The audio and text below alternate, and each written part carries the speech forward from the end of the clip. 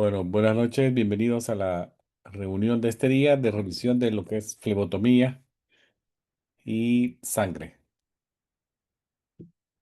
Vamos a dar inicio a la presentación de diapositivas. De sangre vamos a hablar generalidades, recordándoles que es un tejido conectivo especializado. No forma parte del sistema cardiovascular, pero es lo que se mueve en las venas y arterias y es lo que impulsa el corazón a nuestro cuerpo para movilizar nutrientes, hormonas, oxígeno, mover dióxido de carbono, anticuerpos, inmunoglobulinas. O sea, es una cantidad increíble de cosas que se mueven en la sangre y es parte del sistema cardiovascular, vena, arteria y corazón, y la sangre, que es lo que se mueve a través de él. En una persona adulta promedio, la cantidad de sangre anda por los 5 a 6 litros. La sangre, sus componentes principales son dos. Está la parte fluida, parte líquida, que la conocemos como plasma, y la parte de elementos formados, que son las células sanguíneas. En las células sanguíneas tenemos la parte roja y la parte blanca, y en la parte blanca, que son los glóbulos blancos, tenemos los diferenciales que hay de glóbulos blancos. Igualmente también están los trombocitos, que los conocemos como plaquetas. Son parte del sistema de defensa de nuestro cuerpo para no sangrarnos, la hemostasia a través de las plaquetas. La sangre nos ayuda a regular la temperatura del cuerpo, como lo mencionamos en la vez anterior, y a mover oxígeno, dióxido de carbono, nutrientes y hormonas a través del sistema. Ahora bien, vamos a ver que la sangre, si la ponemos en proporciones, en un 55% podemos decir que es plasma o líquida, y el 45% son las células sólidas. En las células sólidas, el 95% son células rojas y un 5% diferencial son plaquetas y los glóbulos blancos. El plasma en su mayoría es agua, 90% es agua y 10% lo forman solutos diluidos en él. Ahí vamos a encontrar, por ejemplo, proteínas, aminoácidos, carbohidratos, grasas, factores de coagulación, los diferentes electrolitos que conocemos, gases diluidos en él y desechos. Entonces, ese es el porcentaje. Mucho del plasma es agua.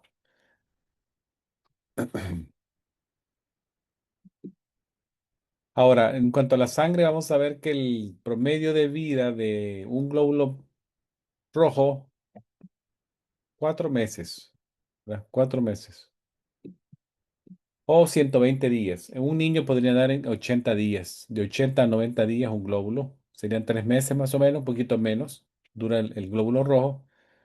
Entonces el glóbulo rojo, si no se daña su estructura, hace los 4 meses. Pero si fuese necesario, ese glóbulo rojo se dañó, se rompe, es sacado de circulación en dos sitios, en el hígado y en el vaso. No olvidemos también que nuevos glóbulos rojos, nuevas células sanguíneas son producidas cada día. En el punto del glóbulo rojo, este es producido en la médula ósea de los huesos largos, en la zona roja. Necesitamos para ese propósito una hormona que se llama eritropoyetina, que acá la tenemos. La eritropoyetina es una hormona que la secreta el riñón como respuesta a un nivel bajo de oxígeno. Las personas que tienen niveles bajos de oxígeno porque suben a grandes alturas o porque tienen algún problema en los pulmones, que hay una hipoxemia por un problema intrínseco del pulmón, van a elevar la eritropoyetina como compensación. Muchas veces, aún elevándola, el cuerpo no logra establecer homeostasis y siempre va a permanecer con hipoxemia. También pacientes renales crónicos que experimentan un desgaste de su riñón por diferentes motivos, también se ven afectados por una producción disminuida de eritropoyetina y la sangre también se ve afectada de ese hallazgo y hay una anemia, ¿verdad? Derivada o secundaria a una producción de eritropoyetina baja. El término hematopoiesis, que aquí lo puse en rojo, sí, significa básicamente en la hematopoiesis el concepto de la formación de células sanguíneas, cualquiera de ellas, cualquiera. Y esto ocurre desde el periodo embrionario, desde que estamos embriones, hasta la adultez o hasta la adultez mayor, ¿verdad? La hematopoiesis siempre se está haciendo todos los días en menor porcentaje a medida la persona envejece. Vamos a ver la diferencia entre plasma y suero. Si ustedes ven, los dos son la porción líquida de la sangre que permanece una vez que las células se remueven de esa parte líquida. ¿Cómo la vamos a remover? Tal vez no la removamos, pero la separamos. Separamos la parte líquida de la parte sólida. Ahí termina la similitud del plasma y del suero, ¿verdad? Entonces el plasma, si ustedes lo ven acá en la parte izquierda de su pantalla, el plasma es la parte líquida que queda después que centrifugamos un tubo que nosotros le hemos agregado un anticoagulante que previene que se forme un coágulo. Entonces la sangre permanece diluida, no forma coágulo, y cuando la ponemos en la centrífuga y separamos la parte líquida de la parte sólida, el flotante que vemos se llama plasma. A diferencia de la parte de suero, que es cuando el poco de sangre que se colectó en el tubo se coagula, pero también tenemos la capacidad de separar todavía, aunque se haya coagulado, la parte sólida de la parte líquida y lo que nos queda flotante, esta parte de acá, sería el suero. Entonces, muchos laboratorios utilizan el suero para realizar el muestreo de química sanguínea. Ahora, la sangre completa no es más que la sangre que se saca directamente de una persona para transfundirla en otra. En este paso de la A a la B, que digamos del donante al que recibe, existe mucho control de calidad con el propósito de no pasarle enfermedades al que recibe. Muchas personas, si bien es cierto, podrán tener el deseo y la voluntad de donar, pero su sangre en muchas ocasiones no es buena para ser transfundida a otra persona. Entonces, ¿por qué es eso? Puede ser que tenga alguna enfermedad y no puede ser donada a un paciente sano. Entonces, la sangre que se transfunde ya ha pasado muchas pruebas que verifican que la sangre no tiene ningún tipo de riesgo para el otro. Una vez se pasó todo ese nivel de control y la sangre se ve que está en óptimas condiciones para ser transfundida, se coloca en una bolsa y se procesa para que tenga una vida eh, que se pueda guardar si no se usa inmediatamente, pero la sangre se vence, tarde o temprano se va a vencer. Lastimosamente, mucha sangre no llega hasta allí a vencerse porque se ocupa inmediatamente. La demanda de sangre actualmente es grandísima. Entonces, hay más necesidad que donaciones. Entonces, siempre es bueno, si tenemos el tiempo, la voluntad de hacerlo, darnos una vuelta por una zona de donación de sangre y donar sangre, ¿verdad? Para salvar una vida. Veamos un poquito de lo que es la flebotomía actualmente en el mundo, no en Estados Unidos, en todo el mundo.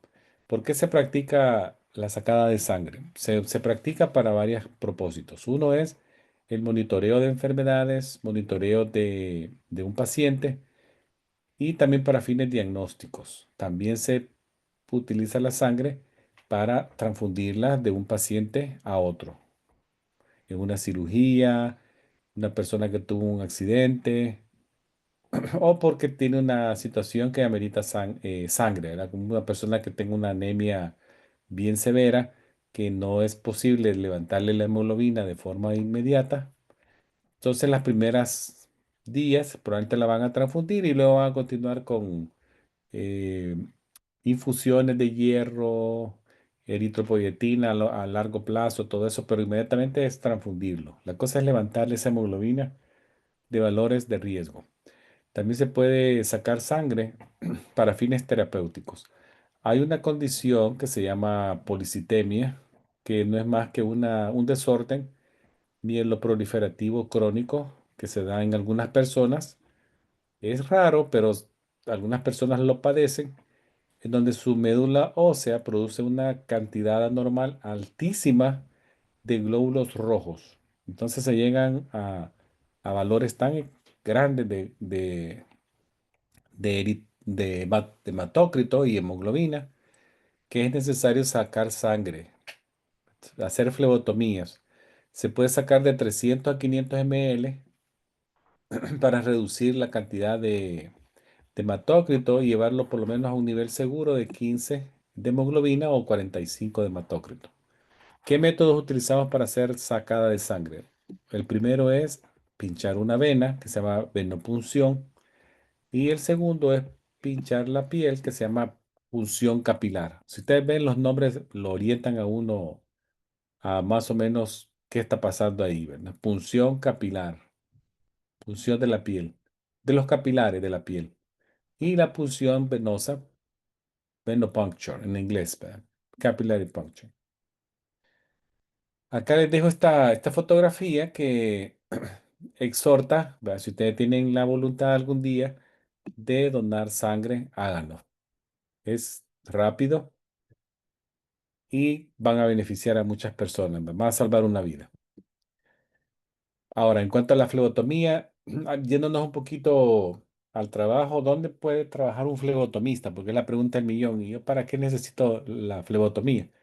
Bueno, un flebotomista puede trabajar en un hospital, puede trabajar en una zona ambulatoria de una clínica de comunidad, en un departamento de salud.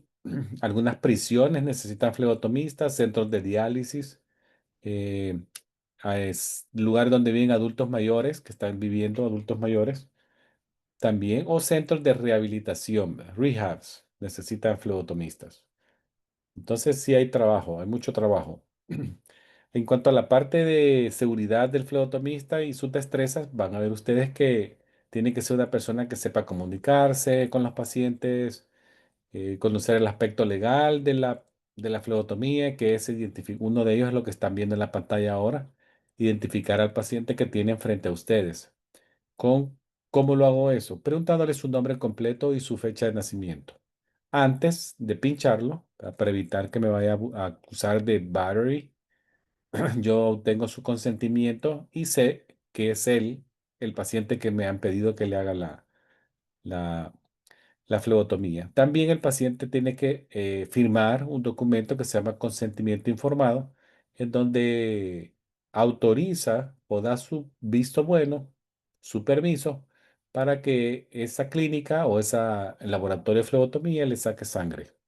Y luego también hay que identificar la muestra que es del paciente y luego la etiqueta que le voy a poner sobre la sangre para ver que es de él, que estamos con el paciente correcto.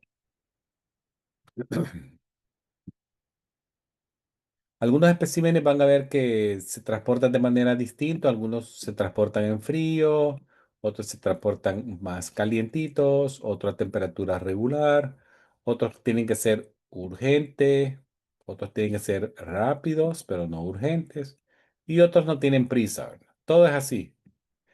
Los de rutina no tienen prisa, hay unos que se llaman ASAP, que son as soon as possible, y otros que son ya. Desde que sácale la sangre al paciente hasta una hora, yo tengo que procesar y saber qué está pasando. No agitemos la muestra, sino que vamos a moverla y permitir que el aditivo se mueva con la sangre, se combine. Ya vamos a ver un video más adelante. Algunas muestras tampoco no se pueden exponer a la luz, de que no se pueden exponer. Hay que protegerlas de la luz directa y también hay algunos tubos color ámbar, yo ya se los muestro más adelante, en donde podemos proteger la muestra de que no se vaya a tener contacto con el sol.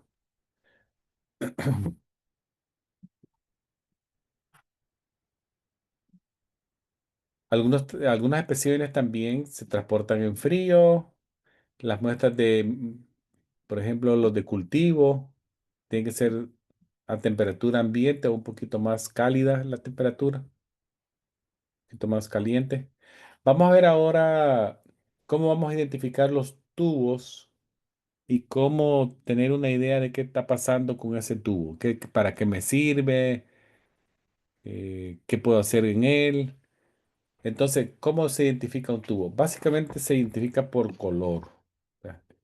If you check the color over here, it will let you know what it's for. Entonces, los colores me ayudan a identificar para qué. ¿Para qué puedo yo usar ese tubo? ¿Qué tiene adentro? Esas dos cosas se responden con el color. Vamos a ver que para algunas pruebas, identificar el aditivo es bien importante porque sabemos que la preparación de la muestra con el aditivo correcto es importante para obtener valores óptimos. Entonces, ponerles químicos en algunos casos antes de que que se obtenga la muestra es lo necesario para que la muestra, posteriormente cuando ya tenga la sangre y yo la mezcle, la sangre con el aditivo, pueda obtener valores óptimos. Entonces, vamos a empezar, por ejemplo, nombrando algunos anticoagulantes que van a ver ustedes en esta noche.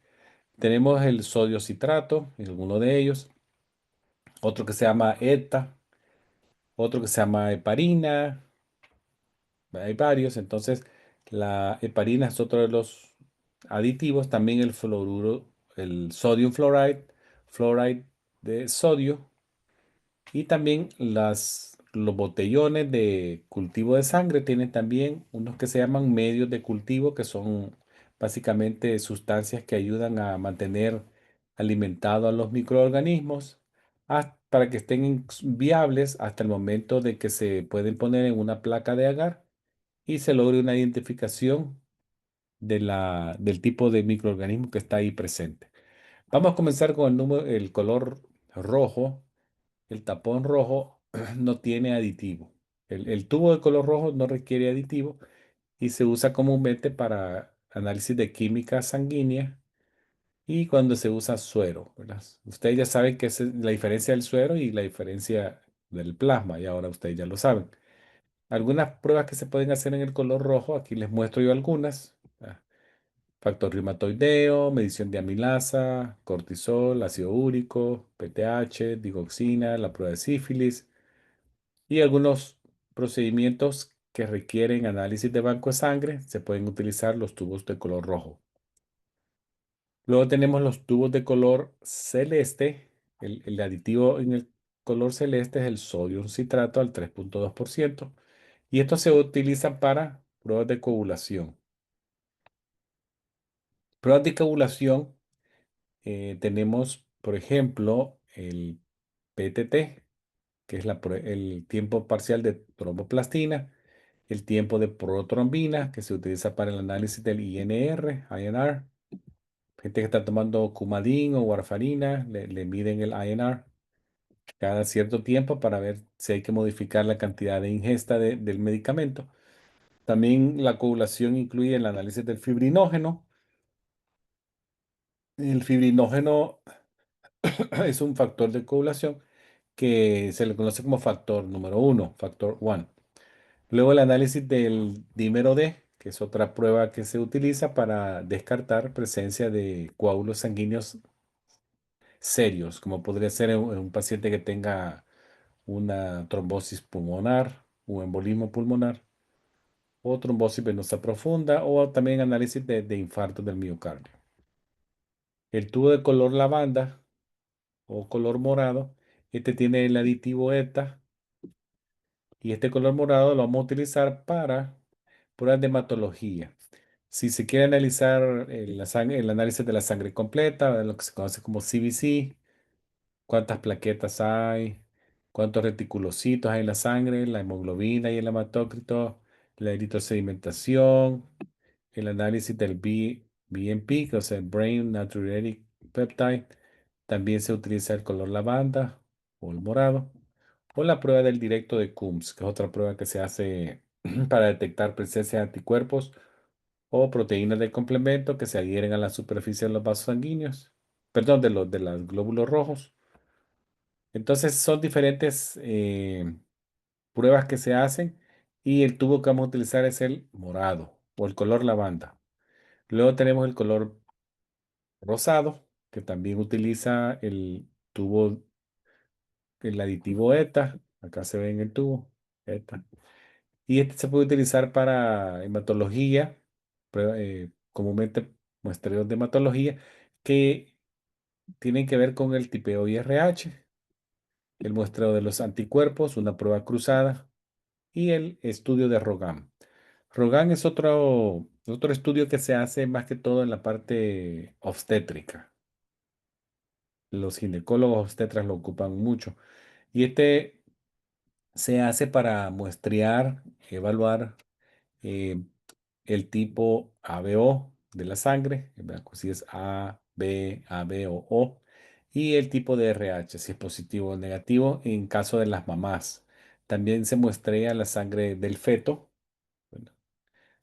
Y si hay presencia de anticuerpos de la madre en la muestra de sangre, ¿verdad? Todo eso se hace con el objetivo de detectar si hay una necesidad de sensitivizar a la madre, tenerla que vacunar con una vacuna que se llama ROGAM a las 28 semanas y posteriormente a las 72 horas de nacido el niño.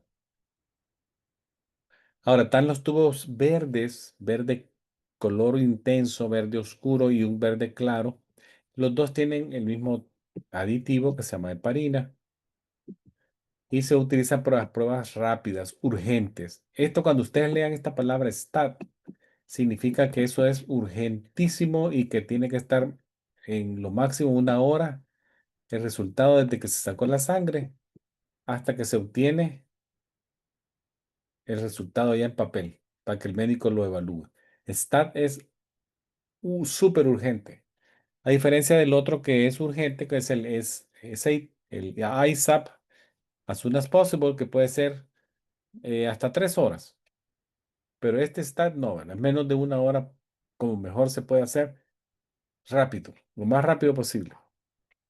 Entonces el color verde oscuro se utiliza para pruebas de urgencia que involucren química general y que requieran para el análisis plasma o sangre completa.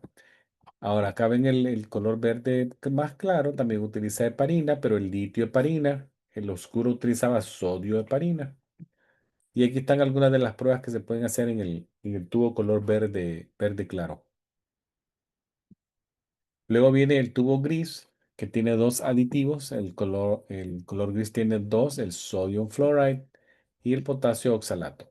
El sodium fluoride es un químico que se utiliza para que la glucosa no se degrade.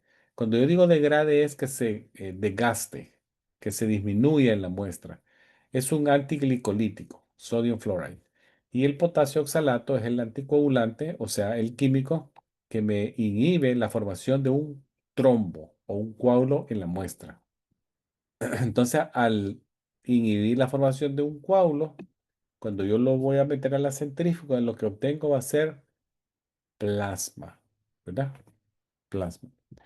El tubo gris se utiliza para pruebas de glucosa. Entonces, asocien la letra G de glucosa con la G del gris. ¿Verdad? Color gris, glucosa, cualquier cosa que requiera glucosa. Tolerancia a la glucosa, glucosa al azar, glucosa basal, que es la de mañana, o postprandial, que es la glucosa después de las comidas. Ahora tenemos el color rojo gris o camuflajeado, que este tiene un separador de suero. Este separador de suero es una sustancia que se ve en el tubo bien, bien obvio, al fondo del tubo. Se ve como que fuera cera de candela, ¿verdad? Como se ve un poquito de color algo turbio al fondo, pero es un gel que está ahí que me va a servir después para separar la sangre sólida, los componentes sólidos de la sangre y el flotante, ¿verdad? Suero. Entonces quiere decir que se formó un coágulo, lo meto a la centrífuga y a alta velocidad el líquido que va a flotar va a ser suero y después lo que esté abajo de la gel va a ser componentes sólidos. Este se usa para el análisis de la química, pruebas inmunológicas y algunos perfiles o grupos metabólicos importantes que se llaman también como paneles metabólicos. Aquí les dejo yo algunos grupos de paneles que se utilizan mucho actualmente, que tenemos el panel completo, el panel electrolítico, el panel hepático, el panel de las grasas, lípido y el panel tiroideo, que en este caso aquí faltaría poner el TSH, ¿no?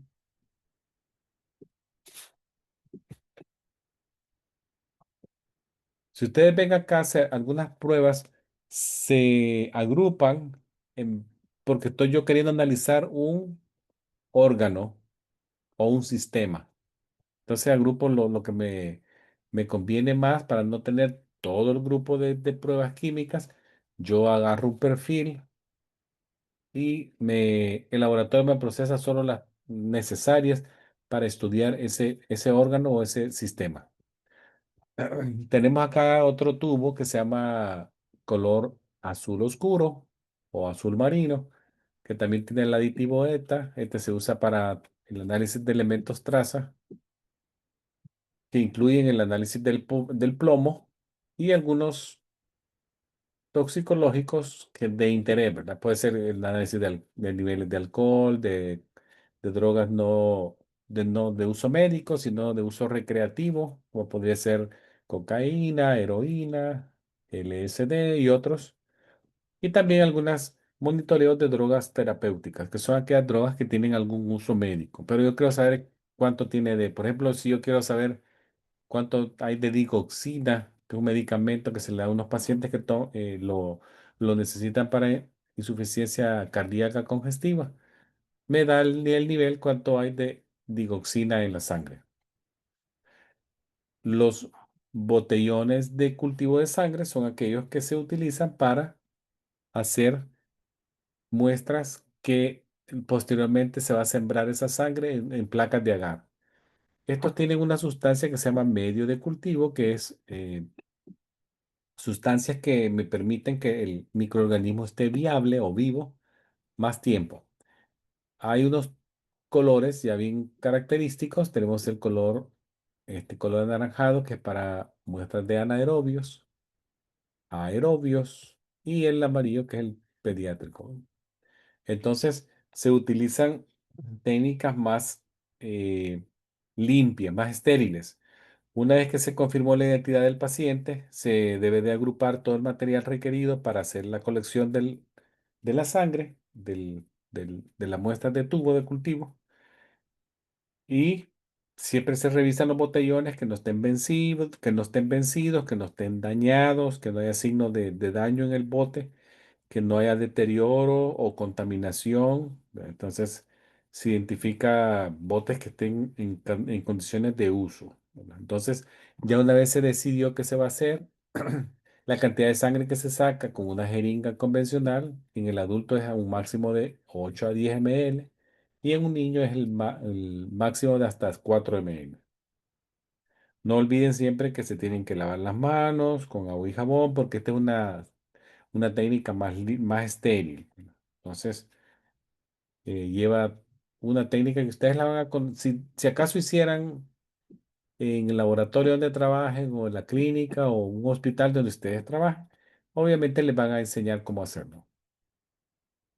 Ahora, vean el orden correcto para hacer estas pruebas, para que tengan una idea de qué estamos hablando. Ahora bien, ¿para qué me sirve el orden de las pruebas? Se ha visto que al respetar el orden de la prueba, de las muestras, se disminuye la cantidad de contaminación cruzada de aditivos entre los tubos de sangre. Entonces, el conocer el orden correcto de la venopunción es bien importante. y ya lo establece el Instituto de Estándares de Laboratorio Clínico. Establece el orden siguiente que yo les pongo acá, se los agrupo en uno al 6. Si hubiese una orden de sacar sangre para cultivo, ese se convierte en el número uno. Pero ¿qué pasa si no hay? Digamos que no están ordenando cultivo de sangre. Entonces, el que se convierte en número uno es el que sigue, el color celeste. Es el tubo que tiene citrato de sodio o sodium citrate. Posteriormente vendrían los tubos para suero. Ahí tenemos con o sin activador de coágulo. Ahí tenemos los colores rojo, eh, el rojo camuflajeado y otro que no lo mencioné que es de color amarillo oro. Posteriormente vendría los tubos de heparina con o sin gel, que son el verde oscuro y el verde claro. Acá, no, acá. Luego tenemos los tubos de ETA. Los tubos de ETA también con o sin separador de gel. Ahí tenemos la banda, el color morado, el color rosado. Y por último, tenemos el tubo de color gris, que son aquellos que les dije G, gris, G, glucosa, para analizar cualquier examen relacionado a la glucosa. Y recuérdense que este tiene los dos aditivos, el sodium fluoride y el potasio oxalato, que es el antiglicolítico. El equipo de venopunción, acá se lo pongo de manera general para que lo vean en esta diapositiva. Aquí hay un dibujo. Básicamente, para realizar una venopunción con éxito, debemos de tener un equipo, el equipo básico necesario y esencial para hacer la sacada, ¿verdad? Entonces, tenemos una bandeja donde podemos tener nuestro material que vamos a utilizar, que ahí, por ejemplo, puede contener un antiséptico para hacernos las manos, vacutainer, que son los tubos de color, de tapones de color, lo que ya lo vimos.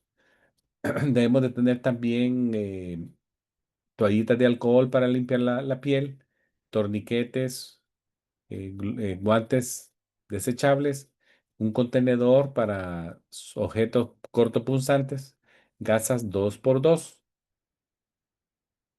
También en algunos casos, el doctor lo ha mencionado muchas veces, se usa cápsulas para olor, ¿verdad? De amoníaco.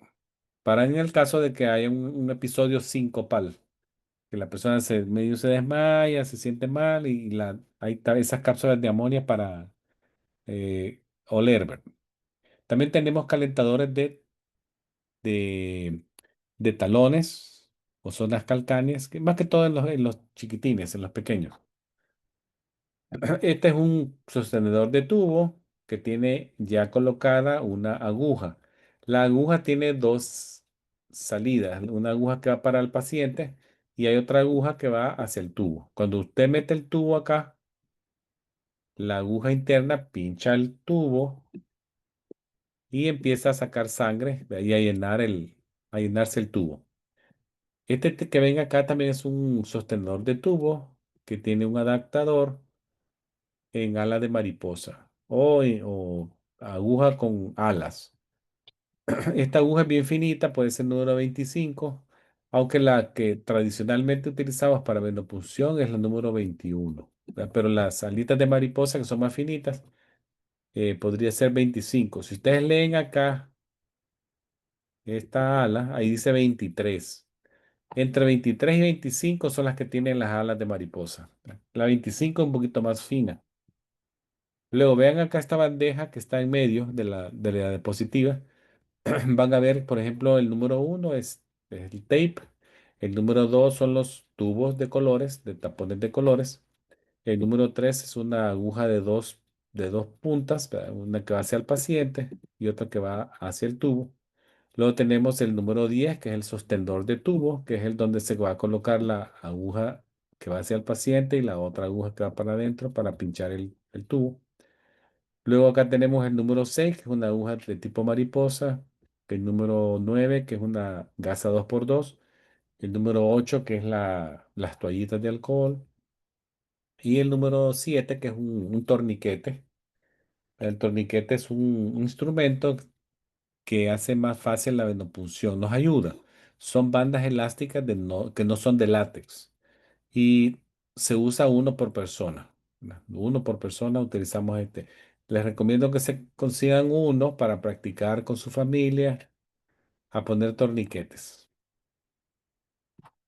El equipo de punción capilar, que es para puncionar la piel, es un poquito más pequeño. Los materiales son, acuérdense que vamos a pinchar la piel, los dedos, los talones de los niños. Entonces todo es más pequeñito, ¿verdad? Tenemos lancetas pequeñas, tenemos los limpiadores de alcohol, gasas estériles, siempre el adhesivo, el tape. Tenemos micropipetas, microcolectores también.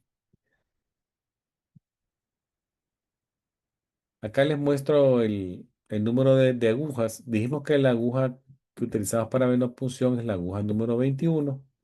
Y van a ver ustedes que los números inferiores, 18, 16, son agujas gruesas, que no se usan para venopunción. No se deben usar. Y tenemos entonces los números mayores, que son de 23 para arriba, 23, 25, 27, 30. Son agujas más finas. Entre más grande es el número, 30, una aguja finísima, ¿verdad? Que no es recomendable utilizar en venopunción. Agujas muy finas, no que tiene que ser 21. Y en los de mariposa que pueden ser 23 a 25. Ahora vamos a hablar un poquito de la venopunción. Antes de poner el video, van a ver que algunas precauciones que hay que tener es que el flebotomista, de ser posible, miren acá, se tiene que proteger los ojos por alguna salpicadura de sangre, utilizar guantes. Los guantes no tienen que ser estériles, tienen que ser guantes limpios. Cuando esté la persona ya sentada en la silla de venopunción, su brazo tiene que estar apoyado en una superficie rígida para asegurarlo. Los niños pueden estar en las piernas de su mamá, de su abuelita. Acá ustedes ven, esta flebotomista está cubriendo sus ojos, protegiéndose, sus guantes. Algunos también dicen que sí es posible utilizar gabacha color blanca, abotonada, para hacer la venopunción. Ahora, la punción capilar, ¿dónde la hacemos? En el dedo 3 o 4 de nuestra mano. ¿Verdad? Básicamente el dedo 3 o 4. El dedo 4 es donde la gente se pone el anillo casual, ¿verdad? El anillo casual de boda o casual. Y el dedo número 3 también se puede utilizar para la venopunción. Evitemos utilizar el dedo pequeño, el número 5, el meñique, el dedo índice o el 2 o el número 1, que es el dedo grande, ¿verdad? Entonces son 3 y 4. Y la punción se hace en los costados, evitando la falange distal que está en la porción media del dedo. Entonces utilizamos la parte carnosa lateral de los dedos. En los niños pequeños, lo que se utiliza es el talón. Entonces, a los lactantes menores y recién nacidos, el talón. También recuérdense que aquí tenemos un hueso y el calcáneo, vamos a tratar de evitarlo. ¿Cómo lo hacemos? La punción se hace en los extremos mediales y laterales del pie, en la región plantar. La región plantar del talón lateral, donde está lo más carnudito, evitando la zona media del calcáneo. Ahora, ¿qué especímenes ameritan ser protegidos de la luz? Tenemos pruebas de bilirrubina, protoporfirina. Aquí les dejo yo algunas muestras. Vitamina A, vitamina B1, B12, BC. Se tiene que colocar en un contenedor de color ámbar para que no le dé el sol. ¿Verdad?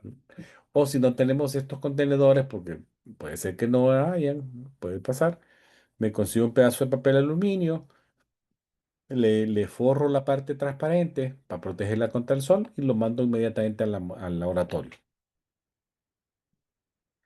Ahora, ¿a dónde voy a la punción capilar? Para algunos de ustedes, probablemente la flebotomía va a ser como un territorio nuevo que no saben dónde voy a pinchar. Básicamente, las zonas que se ocupan son la zona del antebrazo, en la unión del antebrazo con el brazo. Esa zona se llama zona antecubital. Que si ustedes se ven la mano en este instante, si ustedes ponen sobre la mesa frente a ustedes su mano con la palma viendo hacia arriba, ponen la mano sobre la mesa viendo hacia arriba, van a ver que en la unión del antebrazo con el brazo se hace un declive y esa es la fosa antecubital. Si ustedes tocan la parte de atrás de esa fosa, es el codo, la punta del codo. Y en la parte anterior hay un declive, esa es la fosa antecubital. Esa es la zona donde vamos a pinchar.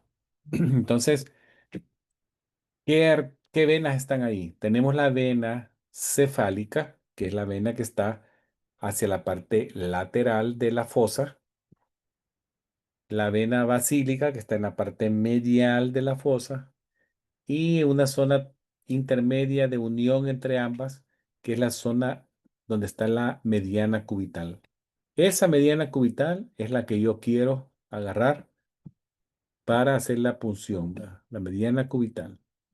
La basílica, la que está en la parte medial, no me gusta mucho porque por ahí pasa la arteria braquial. Y acuérdense, la arteria lleva mucha presión de sangre. Si me confundiera y la pico, puedo formar un hematoma, que sangre y me forme un hematoma y que me comprometa la zona, que formarme un compartimiento y me afecte la parte vascular y la parte nerviosa. Por ahí pasa también el nervio mediano. Entonces no quiero eso. Evito lo más posible la parte medial de la zona antecubital. ¿Qué pasa si yo la quiero hacer en la mano? La mano que usted tiene, yo le dije que ponga su mano en la mesa frente a usted con la palma viendo para arriba. Ahora denle la vuelta a la mano y ponga la palma viendo para abajo, como que sobre la mesa la palma. Va a ver que le queda la parte dorsal de la mano viendo a visión directa de sus ojos. Esa zona se llama dorsal metacarpal. Esas venas son las únicas que yo puedo tomar si las necesitase por alguna emergencia. No puedo utilizar nada en la muñeca ni nada de los dedos. Solo la parte dorsal metacarpal, que está acá. Si usted ve esta mano, le han puesto un torniquete y esta zona mediana metacarpal dorsal es la que podría yo en algún momento tomar, ¿verdad? Esta, aquí, aquí, cualquiera de esta, por acá. Pero nunca la de la muñeca ni de los dedos, eso no. Acá están canalizando en esta foto la metacarpal dorsal. Aquí les dejo la descripción del paso a paso para que lo vayan leyendo despacio después, si quieren, después que terminen la revisión de hoy, la clase de hoy, lo lean con más tiempo. Siempre verifiquen la identidad del paciente, asearse las manos con alcohol gel, preparar el equipo, ¿verdad? El sostenedor de tubo, esta es la aguja de 2 puntas. Luego las indicaciones, que el torniquete lo tengo que colocar a 3 4 pulgadas del sitio de punción, que la aguja tiene que entrar aquí entre 15 y 30 grados de ángulo, que el torniquete se te tiene que quitar menos de 1 minuto, por lo máximo que puede estar es 1 minuto el torniquete. Aquí les dejo otra vez el orden de los tubos que tienen que respetarse, el orden. No agitar, sino que mezclar la sangre y descartar la aguja con todo el sostenedor del tubo hacia el basurero de cortopunzantes. Vamos a ver este video que es muy, pero muy interesante para que lo vean. Doctor Restituyo, creo que voy a tener que salirme momentáneamente Ok, porque sí, cómo no se no. activó el video, doctor, para Ah, que... sí, pues vamos a hacer ¿Qué una pasó? pausa ahí en la Sí. grabación. Sí, cómo no.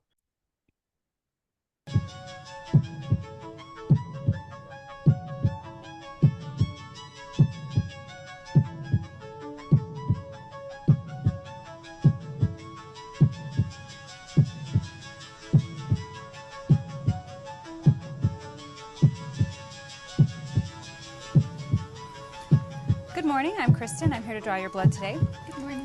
Could you please state your name and date of birth? Pat White, November 11th, 1986. Thank you. Have you had anything to eat or drink in the last 12 hours? Not since 9 last night. Thanks. Do you have any questions? No. All right, it will just take me a minute to get everything set. Blood collection by venipuncture is one of the most common procedures performed in a healthcare setting. Common, but also complex, requiring knowledge and skill to assure the accuracy and integrity of the samples drawn and to eliminate risk to both patient and healthcare workers. The first step is to accurately ID the patient using at least 2 forms of identification. Does the name and date of birth on the requisition form match what the patient is telling you? Does it match what is on the patient ID wristband? Has the patient followed special orders, such as fasting prior to blood draw? Address the inconsistency first with a requesting physician or healthcare worker on duty. But if the given information does agree, it's time to prepare yourself and the patient for a successful blood draw using proper standard precautions. The phlebotomist washes and then dons a clean pair of gloves before proceeding. Make sure alcohol prep pads, gauze, tape, the correct gauge needles, and required evacuated collection tubes are within easy reach for you, but out of the reach of the patient. Then speak reassuringly to the patient as you position him for the draw. I'm all set here. If you'd please straighten your arm. It'll just take a moment while I apply the tourniquet. Applying a tourniquet slows the flow of blood in the veins and increases venous filling, thus making the veins more prominent, easier to locate, and easier to enter. However, leaving the tourniquet on for longer than 1 minute may affect laboratory test results and should therefore be removed and reapplied if the procedure will take longer than 1 minute. Use your fingertip to palpate the antecubital fossa to locate the median cubital vein. Palpation helps determine the direction of blood flow in the vein, to gauge the vein size and depth, and to estimate its tendency to roll. It also helps differentiate veins from arteries. Unlike veins, arteries have thicker feeling walls and are more elastic to the touch. Use an alcohol prep pad to cleanse the skin around the site. In a fluid, circular motion, swab from the center to the periphery of the site, being careful not to drag the pad back across the cleansed field.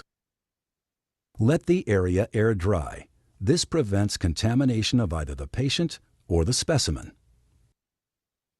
Grasp the patient's arm firmly with your hand, placing your thumb approximately 2 inches below the intended puncture site. With your thumb, pull the skin taut over the vein to help anchor it in place. Then let the patient know you're ready to make the puncture so the patient won't startle and jump. You'll feel a slight pinch.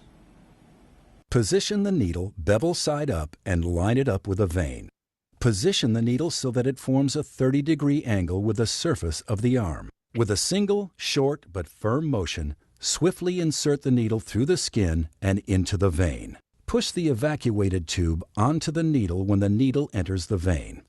As the vein aligns with the needle, blood will begin to move out of the vein up into the needle.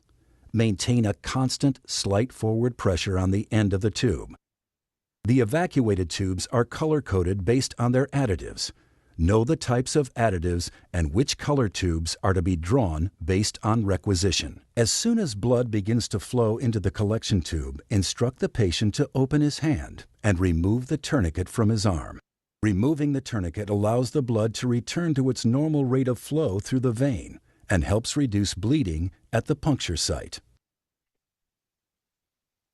A gentle mixing by inversion at least 8 times is required to ensure that any additives in the tube are incorporated into the blood sample. We're almost finished here. Are you doing okay? Fine. Engage the safety device on the needle and use the Sharps device for proper disposal. Applying pressure at the needle entry site immediately after removing the needle will prevent a hematoma from forming and allow hemostasis to seal the wound. Please keep pressure on the gauze pad for several minutes to ensure that the blood flow stops. In this illustration, you can see formation of the platelet plug and the fibrin clot. Applying pressure at the needle entry site immediately after removing the needle will prevent a hematoma from forming and allow hemostasis to seal the wound. In this illustration, you can see formation of the platelet plug and fibrin clot. Apply the ID label on the filled evacuation tube and store it for transport to the lab. The label must include at least the patient's ID number, full name, date of birth, and today's date. Using standard precautions, dispose of needles in a sharps container. Dispense of all other used non-sharp materials, including used gloves and gauze pads, in an approved trash receptacle. And disinfect all contaminated surface areas. You've just completed a successful blood draw, providing a sample that can be processed for analysis. Fortunately, most blood draws are completed in an entirely professional, skilled, and successful manner. Most, but not all. Poor technique, poor judgment, lack of knowledge, loss of concentration, and undue haste all are factors that can negatively impact the integrity of a sample. Or worse, that can create undue stress and pain for the patient or cause a patient physical harm. Let's take a look. Failure to align the needle perfectly with the vein and failure to insert the needle at a 30-degree angle can result in the needle missing its mark. Poor technique that will require an unwelcome second needle stick. Inserting the needle at too steep or too shallow an angle and not lining up precisely with the vein are two common reasons for missing the vein. To the patient, that usually means only one thing: further anxiety and discomfort. But it can have other consequences as well. Serious complications are most likely to arise when targeting the basilic vein, with its close proximity to nerves, which can be permanently damaged, or the brachial artery, which could be nicked. Even with a proper angle, the appropriate needle size must be used. Freddie, you're only going to feel a very small pinch this time. It is acceptable to use a smaller needle called a butterfly. However, it should be noted that butterflies are a larger gauge needle, 23 to 25 gauge, and therefore have a smaller bore size. A large gauge straight needle, 25 gauge in this case, may make piercing the vein more certain, but as you can see, the smaller bore size can cause the red blood cells to lyse. While it appeared to the healthcare professional that this blood draw was successful, it's clear once the sample is centrifuged that the choice of needle gauge was a poor one.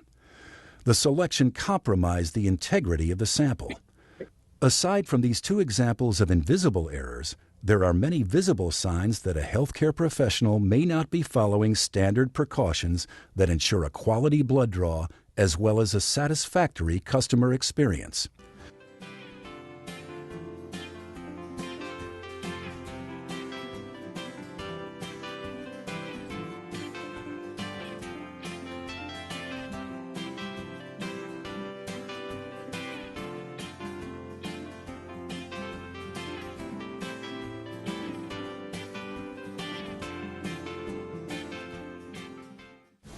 All right, you're good to go. That's it? Yeah, I just need to put some tape on it.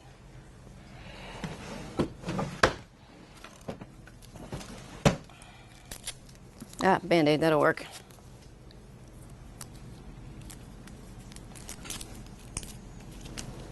What about this? Oh. You're good to go. Good to go? Not necessarily. Failure to apply pressure on the puncture site immediately following removal of the needle can cause bleeding from the vein into the space around it, forming a hematoma, a collection of blood under the skin surface that will become bruised in appearance and painful to the touch. There are many times, of course, when a single blood draw involves more than the collection of a single sample. You may be required to collect as many as 10 tubes in a single draw, and this requires even greater skill and careful planning to complete successfully.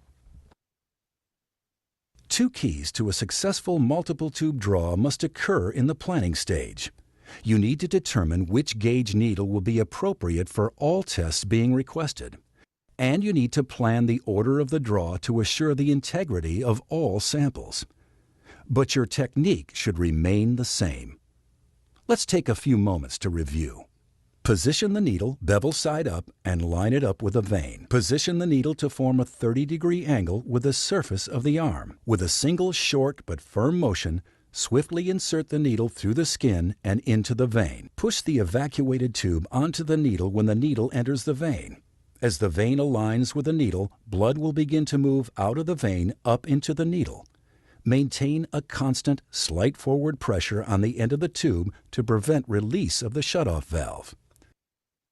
As soon as blood begins to flow into the collection tube, instruct the patient to open his hand and remove the tourniquet from his arm. Removing the tourniquet allows the blood to return to its normal rate of flow through the vein and helps reduce bleeding at the puncture site.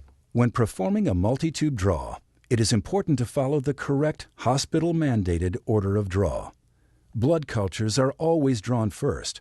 However, in a routine venipuncture, a light blue tube should be drawn first, followed by a red top, gold, green, lavender, and gray. We're almost done here. This is the last tube I need to draw. When will I know the results? I'm kind of anxious about them. Your samples will go over to the lab today, and your doctor will notify you after the results are in. You don't see them? No, I don't. The samples that we draw today are tested by laboratory professionals who relay those results directly to the physician. My responsibility is to assure the quality of the samples I draw so that the results your doctor receives are both accurate and meaningful. The level of quality and integrity of the samples the laboratory receives is dependent upon the level of skill, knowledge, and professionalism of the phlebotomist. A big responsibility, but one that can make a real difference in the lives of your patients.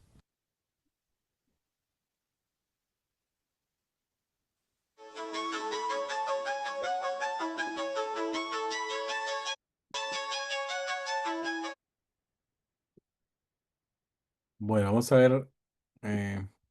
Recién vimos ahora entonces la técnica de la flebotomía, que es muy importante que la revisen si tienen un tiempito después para ver cómo llevar el orden correcto de los tubos, el ángulo de entrada, el tiempo del torniquete, la zona donde no deben de pinchar, que es la zona de la basílica, y buscar siempre la mediana cubital.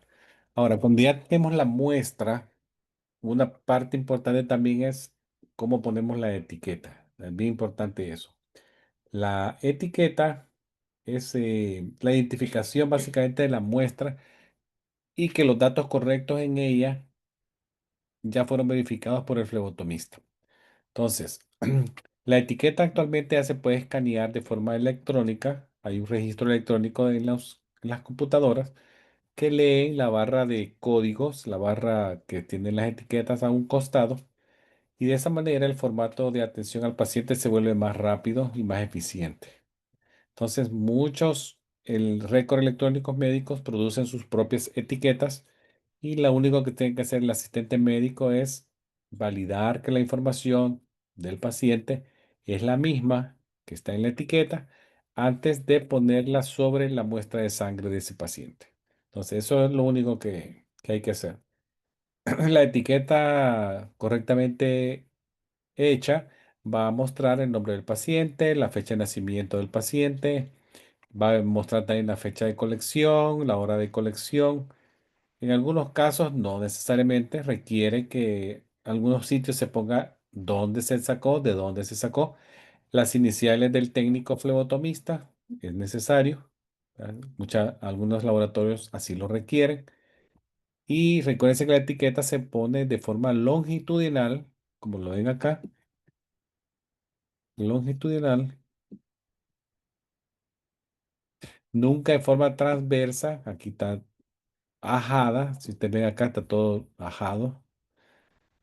Sobre el color, nunca tiene que estar sobre el tapón del color. Y ni transversa ni ajada, sino que es una muestra que tiene su etiqueta longitudinal a más o menos 1 centímetro del reborde del color. Esa es la colocación correcta. De la posición ya habíamos hablado anteriormente. La punción tiene que ser hecho con el brazo sostenido en una superficie rígida. Los niños pueden estar en las piernas de sus papás. Los niños pequeños también pueden estar con su pierna un poquito en declive en base en relación al torso y ayudados con sus papás, ¿verdad? Los niños pequeñitos.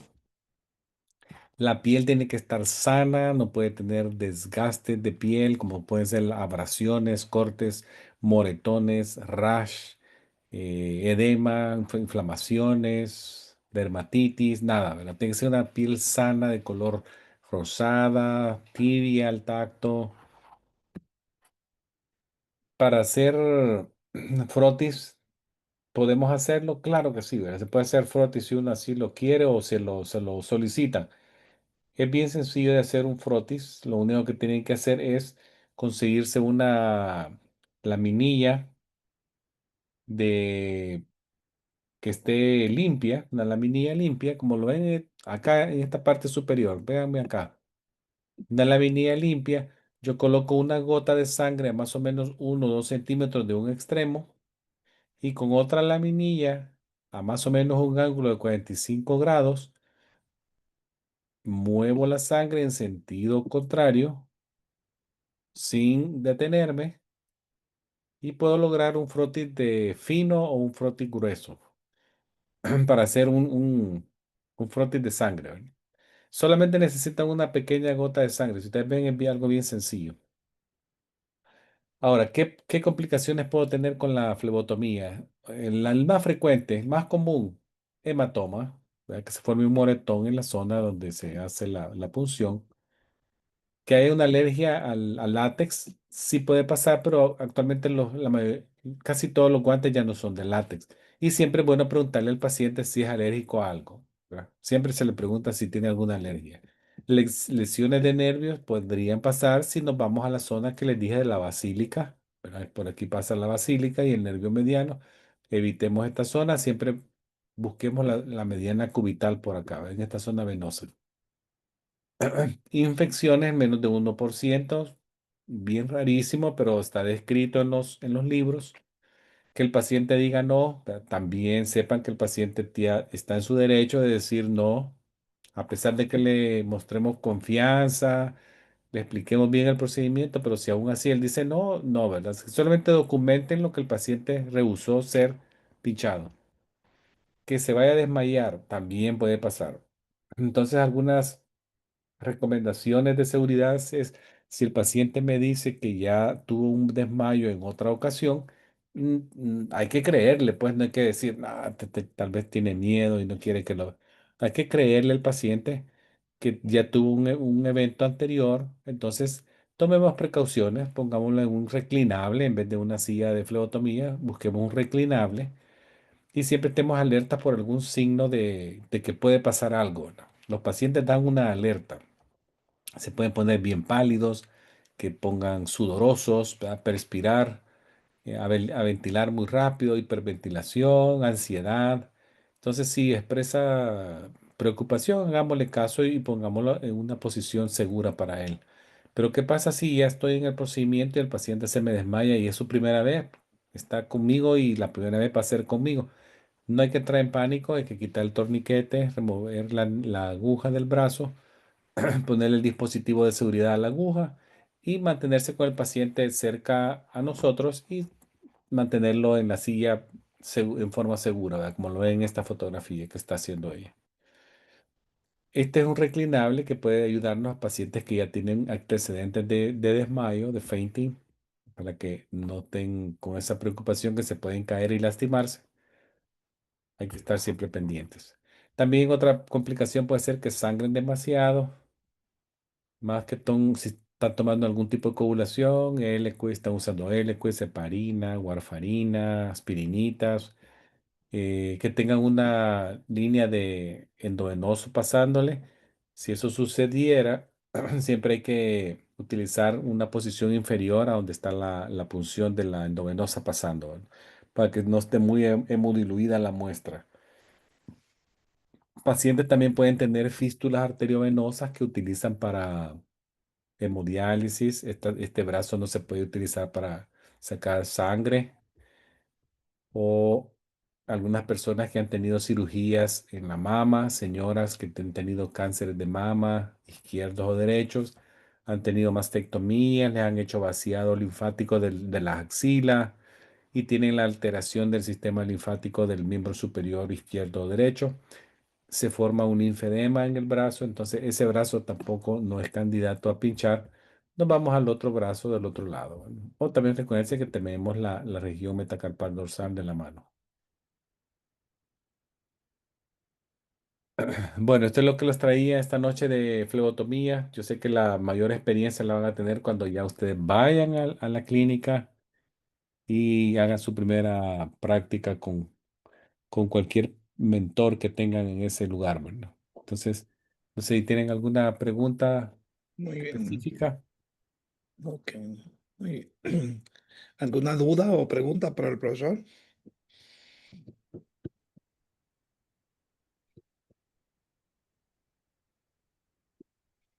¿No tienen pregunta? No question? Any question?